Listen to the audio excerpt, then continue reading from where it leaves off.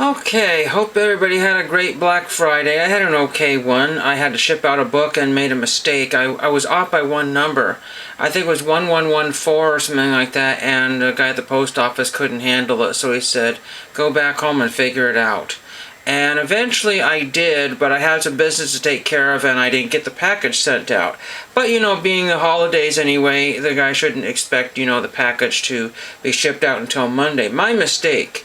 So one of the things I didn't realize today was record store day. So I didn't do any participation in that. Most of my record stores don't even follow record store day. There's one record shop in Salem that probably did, but he wouldn't have very much, and he's a little bit more than the advertised price. Some record stores, do that. The more you put it, but he's the only record store around. He does that probably to cover the credit card cost or whatever, but that is what it is, and I didn't really want to spend any flashy money there. I didn't think about this, but one of the YouTubers that I watch mentioned that they were at Barnes and Noble, and there were lots of half-price albums, and there was some get-rid-of albums for $5 a piece. I now always say, check out Barnes & Noble, just don't check it out where I'm at, because I don't get much. I just don't know. If they're marked $5, you have to go up to the counter and find out they're $5. Who knows? Sometimes they have in a box or whatever, but when I went, I didn't see anything close to that. This was not today, but way back, and I just, I bought one, and I thought it was going to be $11, and it turned out to be $5. But anyway, that's what that is. I did a very, very tiny Black Friday. I went to a store. I could have got jeans for $10, Rustler jeans, and Dickies shirts for $5, but I just really didn't see any need to buy any more clothes. I did buy some Hot Wheels, just because they were 89 cents, and I got the Audi 94 Audi Avant. Nothing special here, no rare ones here. 22 Ford Maverick custom truck or whatever that is. Well, you can see all these here. I got the Batman and Robin Batmobile. I'm not collecting Batmobiles, but you know what, again, for 89 cents might as well. Down from $1.20. This is the 49 Drag Merc in silver. Hopefully you can see that there. And we got the Hirohata Merc, I guess that is in green. So there's that one there. And then we have the 68 Dodge Dart. I mean, I don't know if I'm going to keep all of these or give them away or what to charity or what I'm going to do with those. I have some that I just bought because I just was feeling I need to buy something, and there's a whole thing about that. I think there's a documentary or something about just buying stuff for the heck of buying it, and a lot of people do that on Black Friday, just buy stuff and they don't really need it. But again, I just bought those. Some of those I will keep, some I will keep open or whatever. Now I want to get to some other things here. I was watching an interview with Latrell. He's a trance DJ or something like that, and he has a very Geez Mikey outward appearance with his curly Q mustache or whatever you want to call it, the Raleigh fingers type deal there, and very interesting his story going from San Francisco to Southern California, and it was neat because you got to see some of his recording areas and whatever, and he had this on one of his shelves here, the Psychedelic Furs Mirror Moves. I haven't listened to this in a long time, but I really enjoy this. I almost didn't get this because when the records came out years ago at the Goodwill bin store, I think they were like $1. Maybe they were 50 cents still, but they were like $1, and I grabbed them, just before anybody else could grab them, and one guy was really jonesing to get them. He said, but I have a friend that would want them. I don't remember who that is. I think he's one of my friends now, but he was really itching to get these. And I said, sorry, I don't find very much anymore, so I'm going to be greedy and take these. He was very, very disappointed. But you know what? You can't give in to people who say, oh, geez, I don't get very much all the time, all this and that. That's all a story, because you should see some of these fabulous collections that are like 3 or 4 times the quality of mine. And I'm like, yeah, you know what? I let everybody have what they want, and then when the one time I want stuff and get stuff, people are like, oh, I didn't get, So that's just what happens all the time. couple of LPs I want to show here really quickly here. These are ones I picked up at the junk sales, you know, the 3 for $1 and the ones that are $1 a piece here. This one here I didn't really clean or anything. Roger Williams Christmas Time. It actually is not terrible. It's a nice Christmas album. I will probably keep it for a while. The cover does absolutely nothing for me. Absolutely zip. I mean, I could care less about that cover. It's like, whatever. And then there's R-Dub right there. So there he is there, if you particularly care. Marty Gold and all that fun stuff. It's not terrible. It's just, you know, a music album you put on during Christmas time, and there you go. Nothing bad and nothing out of, there's the inside there. I showed you this before, I believe, but anyway.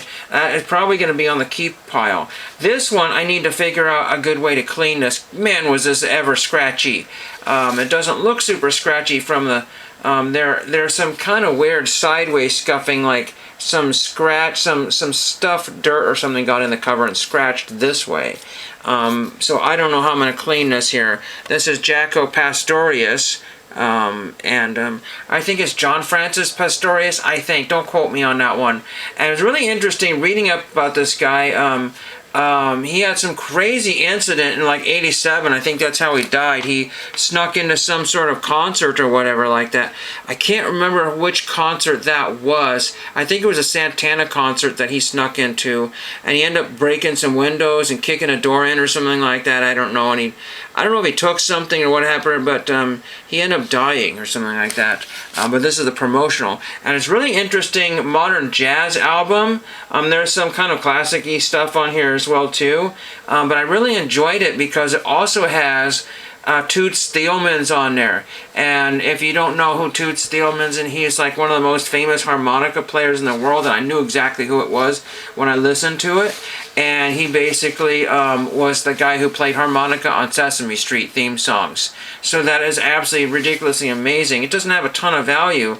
I don't get to see this loaned for promotion only stamp very often. So, you know, as crusty as it is, I'm going to keep it and try to see if I can get some of the crud cleaned out of it. Because regardless of how terrible it was just, I just want to get a taste of what it sounded like, and that's going to keep. But I've got to figure out what I'm going to be doing with all these kind of dollar albums I've been picking up. Do I mix them all in with my great collection here, or do I just cast them off to the side? You know, the Roger Williams, as good it is, I'll keep it for maybe a Christmas or two, or I just might just get rid of it and give it to one of my friends and say, hey, this is really good. If you just want to have nice Christmas music on, you know, and put it on in your rotation, then I'll be, again, it was 3 for $1. I just grabbed random albums. Christmas albums at this time and period would be probably great to grab. These are just on bottom shelves in a store that they don't promote. It just says records 3 for $1. And because they're all kind of floating around like that, I know if it was in a different thrift store, bigger setting, they would be all wiped out very quickly. You know, anything 3 for $1 is absolutely really, really dirt cheap.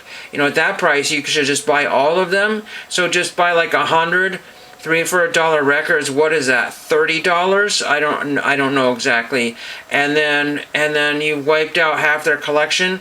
And I've already repurposed some of the covers on some of the garbage ones and played frisbee with some of the really scratched ones outside, and it was fun. You know, I got my enjoyment out of those. So, you know, I mean, that's the way to do it. You know, instead of piddling around and buying $1 or $2 worth at a time, just buy a whole section of it. You know, even if you can get $1 a piece out of those, you're basically coming out ahead. I just don't have the opportunity to set up somewhere and sell those. So I don't know, like I said, I might try to go to Barnes & Noble sometime in the next week to see if they have any remnants of anything left over. You know, there's just so many stores you don't even have the time to think about, you know, because I get in the mindset of Goodwill, and my friends are just even worse. They don't go anywhere else except for there. One guy says, that's other than food, this is the only place we ever buy any of our other stuff at, practically. I mean, maybe Walmart or whatever, but still, it's just like, oh my gosh, really? You know, craziness, you know. So I'm just taking a break from all the crazy football. I'll probably throw in a documentary on Grizzly Bears or something. I tried to finish that off, but I was sick a couple nights ago with acid reflux. Now I have Tums in case I have an issue. But, you know, I buy the Tums, lay it down somewhere, and where is it? Ah, crud, I have no earthly clue. No earthly clue. And I had gone to the grocery store just for a quick trip there. I didn't get exactly what I wanted or needed. I wasn't feeling it today. You know, after Thanksgiving, you just don't want to buy food. You don't want to think about food. You don't want to see food. But then when you have to have dinner, you got to have something. I said, oh, I'll just grab a basic pizza. And then it's like, it tastes terrible. And I decided to throw some cactus on it. I've never had cactus leaf in my entire life. And I don't know, it was okay. I mean, it doesn't do anything for me, and it doesn't hurt anything. But and what do I do with the whole entire cactus leaf? You know, I gotta chop it up in little pieces. And they said that's one of the things you could do with it, is put it on pizza. So I did. The clerks had no clue, and nobody had ever thought to try it. It looks like it might have been getting a little on the old side. So I just cut away the older looking parts, and I got 90% of the leaf still left to deal with there. So I gotta figure out what I'm gonna do with it, mix it in with something.